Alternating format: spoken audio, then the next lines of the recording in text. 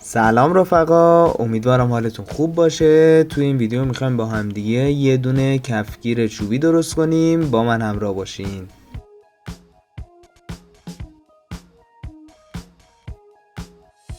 ساخت کفگیر چوبی خیلی آسونه و منم سعی کردم که با ساده ترین چیزا کفگیر رو درست کنم تا شما بتونین توی خونه بسازین و لذت ببرین.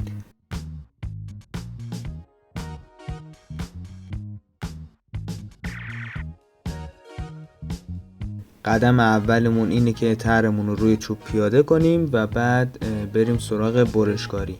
ترش هر تری که دلتون بخواد میتونین بزنین، حتی میتونین شابلون بذارین یا اصلا یکی از کفگیرهای داخل خونه رو استفاده کنین و دورشون خط بکشین، یا اصلا هر تری که خودتون بخواین میتونین روی چوب پیاده کنین. خیلی درگیرش نشید که دقیقاً سایزها و اندازه‌اش به چه شکل باشه، کاملا سلیقه‌ایه.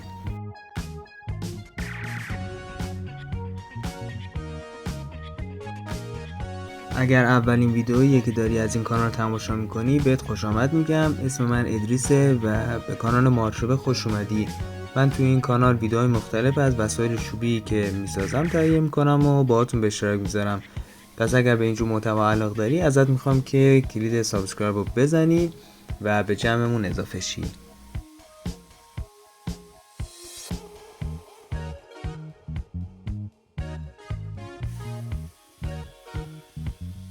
بعد از اینکه ترمون رو روی چوب کشیدیم میایم با عمود بر دور تا دور کارمون رو برش میدیم.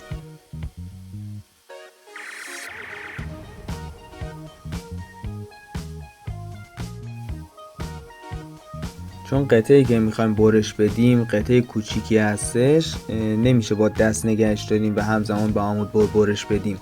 هم احتمال خطا هست و همین که خطرناکه. برای همین قطعه رو حتما با پیچ دست به میز فیکسش کنیم و بعد با خیال راحت برش بدیم.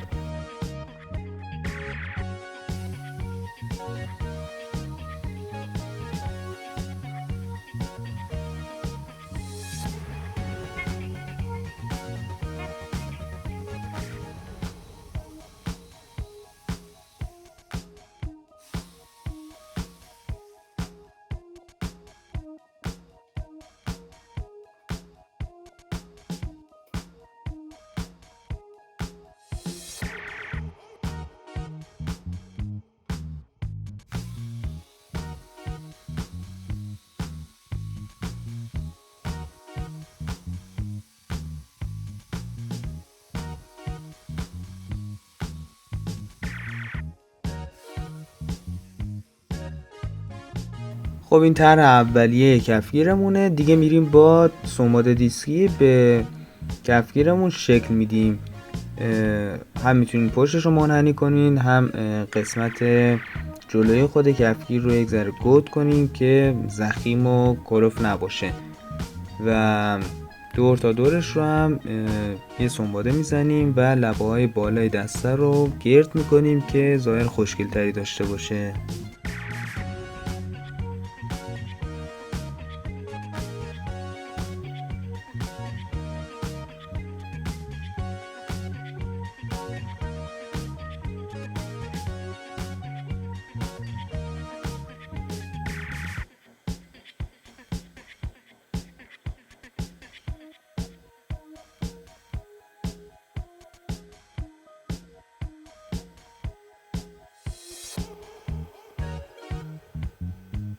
اگه هنوز کانالم رو سابسکرایب نداری ازت میخوام که لطفا دکمه سابسکرایب رو بزنی.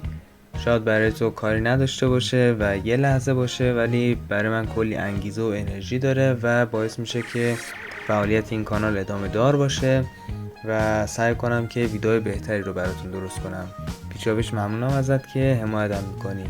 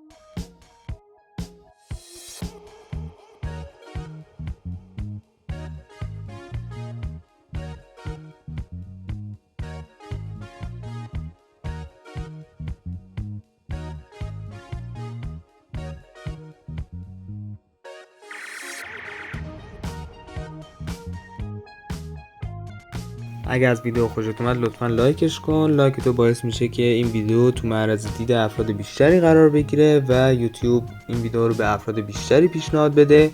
اگر دوستش نداشتی لطفا آن لایکش کن و توی کامنت ها برام بنویس که چرا دوستش نداشتی. ممنونم ازت که تا آخر ویدیو با من همراه بودی. لایک و سابسکرایب فراموش نشه. تا ویدیو بعدی، خدا نگهدار.